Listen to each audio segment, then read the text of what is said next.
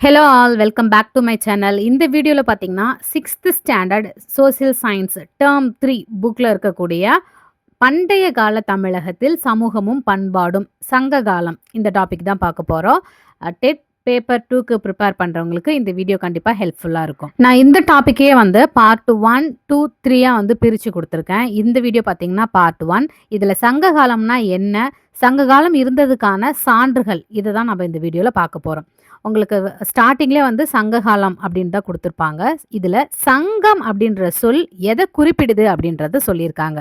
சங்கம் அப்படின்ற சொல் எத குறிப்பிடுதுன்னா, மதுரை பாண்டிய அரசர்கள் இருக்காங்க இல்லையா? அவங்கெல்லாம் ஆதரிச்ச அந்த தமிழ் புலவர்கள் கூட்டத்த தான் சங்கம் அப்படின்னு சொல்லி சொல்றாங்க. அதாவது அந்த தமிழ் புலவர்களின் அந்த குழுவ தான் சங்கம்னே சொல்றாங்க. ஸோ இதுல கொஸ்டினா கேட்குறாங்க அப்படின்னாலுமே, எந்த அரசர்கள் ஆதரிச்ச தமிழ் புலவர்கள் குழுவ சங்கம்னு சொல்றாங்க அப்படின்னு கேட்டாங்கன்னா, மதுரை பாண்டிய அரசர்கள் ஆதரிச்ச தமிழ் புலவர்கள் குழுவ தான் சங்கம்னு சொல்றாங்க அப்படின்றத நீங்க கண்டிப்பா எழுதணும். ஸோ இந்த மாதிரி எந்தெந்த விஷயங்கள் எல்லாம் உங்களுக்கு வந்து டெட் எக்ஸாம்ல கேட்கறதுக்கு கொஸ்டினா கேட்கறதுக்கு சான்சஸ் இருக்கோ, அதை வந்து நான் லாஸ்ட்ல வந்து வீடியோட எண்ட்ல கொடுத்துருக்கேன். அது வந்து சாம்பிள் கொஷின்ஸ் தான். அதையும் தாண்டி கேட்கலாம். எக்ஸாம்பிளுக்கு அதை பார்த்துக்கோங்க. அடுத்ததா இந்த தமிழ் புலவர்கள் எல்லாம் எழுதின நூல்கள் இருக்கு பார்த்தீங்களா? அந்த நூல்கள வந்து சங்க இலக்கியம் அப்படின்னு சொல்றாங்க. இப்ப இந்த இலக்கியங்கள் எழுதப்பட்ட அந்த காலகட்டம் தான் பார்த்தீங்கன்னா, சங்க காலம். ஸோ சங்கம்னா என்ன? சங்க இலக்கியம்னா என்ன? சங்க காலம்னா என்ன? அப்படின்றது எல்லாமே தெரிஞ்சு வச்சுக்கோங்க. இப்போ இந்த புலவர்கள் எல்லாம் நூல்கள் எழுதுறாங்க இல்லையா? அதெல்லாம் எதுல எழுதியிருப்பாங்க? ஓலைச்சுவடிகள்ல எழுதியிருப்பாங்க. பனை ஓலை அதாவது பனை ஓலைகள்ல எழுதியிருப்பாங்க.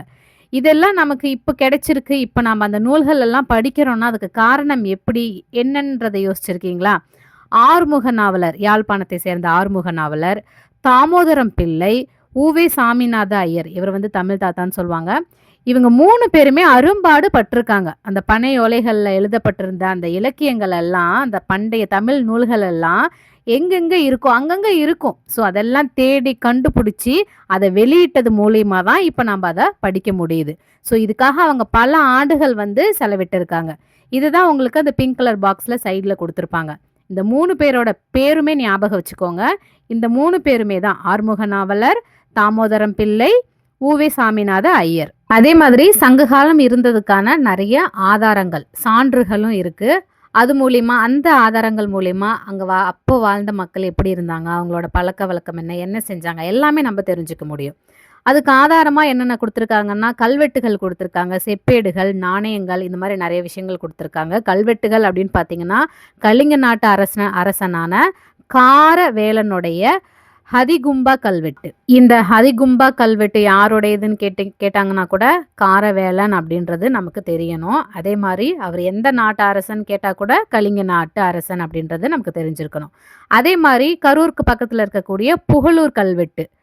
அசோகருடைய 2 மற்றும் 13ஆம் பேராணை கல்வெட்டு. இந்த கல்வெட்டு எல்லாமே சான்றுகள். இன்னும் நெறைய கல்வெட்டு குடுத்துருக்காங்க. மாங்குளம், அழகர்மலை, கீழவளவு ஆகிய ஊர்களில் உள்ள கல்வெட்டுகள். இதெல்லாமே பார்த்தீங்கன்னா, மதுரைக்கு பக்கத்துல இருக்க ஊரு. ஸோ இந்த கல்வெட்டுகள் எல்லாமே ஆதாரங்கள் தான். சங்க காலம் இருந்ததுக்கான ஆதாரங்கள். அப்ப இருந்த அரசர்கள் என்ன பண்ணாங்க? என்ன ஆணை பிறப்பிச்சாங்க? அவங்க என்னென்னலாம் செய்தாங்க? அவங்க எங்க போர் பண்ணாங்க? இது எல்லாமே இந்த மாரி விஷயங்கள் தான் கல்வெட்டுகள்ல இருக்கும். இதெல்லாம் வச்சு நம்ம தெரிஞ்சுக்க முடியும் சங்க காலத்த பத்தி. நெக்ஸ்ட்டு செப்பேடுகள். இந்த செம்பு தகடுகள்ல எழுத்துக்கள் இருக்கும் இல்லைங்களா? அதுதான். இதுலயுமே அதேதான். அரசர்கள் பேரு, அவங்க ஆட்சி புரிஞ்ச இடம், இந்த மாரி அவங்க செய்த தானங்கள், இந்த மாரி நெறைய விஷயங்கள் எழுதியிருப்பாங்க. வேள்விக்குடி மற்றும் சின்னமனூர் செப்பேடுகள் வந்து குடுத்துருக்காங்க. நாணயங்கள். சங்க காலத்துல இந்த சேர, சோழ, பாண்டிய அரசர்கள் வெளியிட்ட நாணயங்கள், இவங்கள தவிர குறுநில மன்னர்களும் இருந்தாங்க. அவங்க வெளியிட்ட நாணயங்கள் மூலியமா நம்ப இதெல்லாம் ஆதாரமா சங்க காலத்துக்கான ஆதாரமா நம்ப வச்சுக்க முடியும். அதே மாரி ரோமானிய நாணயங்களும் இருந்திருக்கு. அப்பன்னா வர்த்தகம் பண்ணியிருக்காங்க வெளிநாட்டுக்கு. அடுத்தது பார்த்தீங்கன்னா, பெருங்கற்கால நினைவு சின்னங்கள். இது எல்லாமே சான்றுகள் தான். புதைவிடங்கள், நடுகற்கள். இப்போ ஒரு மரணம் நிகழ்ந்துருச்சு அப்படின்னா, அவங்கள எப்படி வந்து புதைக்கிறாங்க? அவங்கள எப்படி வந்து நினைவு சின்னமா வைக்கிறாங்க? இதெல்லாமே அவங்களோட பழக்கவழக்கங்கள்ல சொல்லக்கூடிய விஷயங்கள். அதே மாதிரி நெறைய ஆதாரங்கள் பார்த்தீங்கன்னா, அகழ்வாய்வுல கிடைச்சிருக்கு. நிலத்தடியில தோண்டி பொருட்கள் எடுக்குறாங்க இல்லையா? அதுதான்.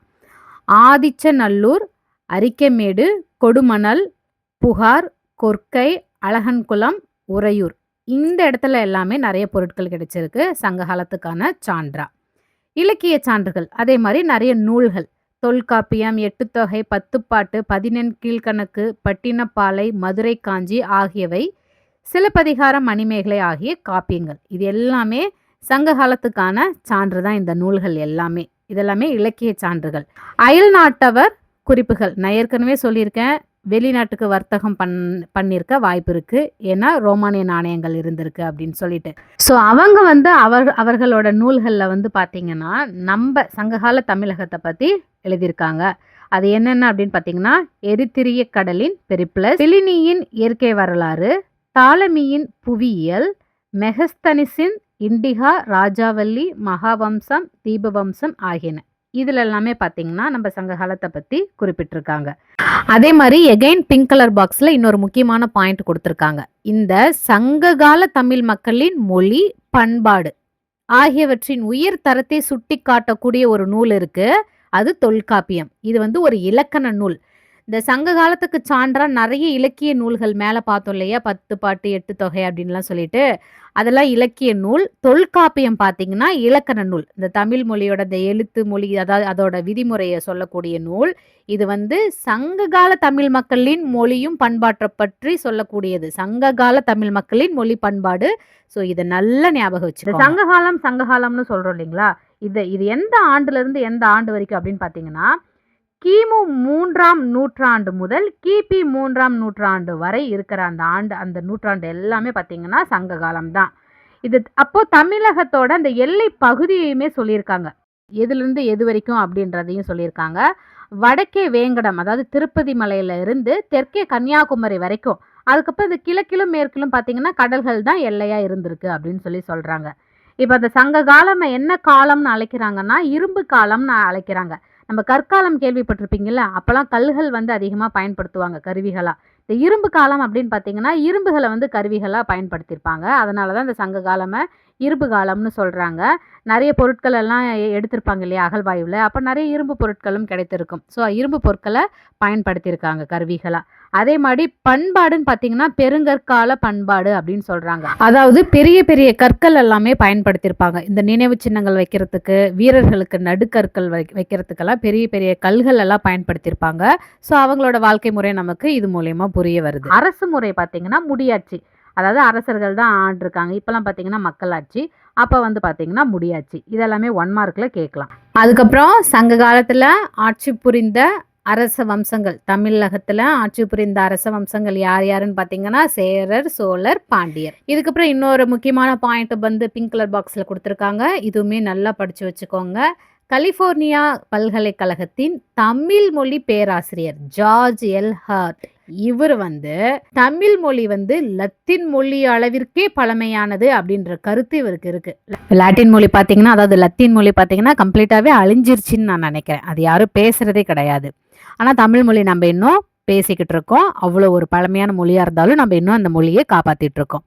அதுக்கப்புறமா பார்த்தீங்கன்னா தமிழ் மொழியோட இன்னொரு பெருமை என்னவா அவர் சொல்றாரு அப்படின்னா, சுதந்திரமா தனிச்சு நிற்கக்கூடிய ஒரு மொழி அப்படின்னு சொல்றாரு. வேற எந்த மொழியோட கலப்படம் இன்றியுமே சுதந்திரமா தனிச்சு நிற்கக்கூடிய ஒரு மொழியா நினைக்கிறாரு. ஏனைய மொழிகளின் செல்வாக்கிற்கு உட்படாமல் முற்றிலும் சுதந்திரமான ஒரு மரபாக அது உருப்பெற்று எழுந்துள்ளது என்று அவர் கூறுகிறார். யாரு?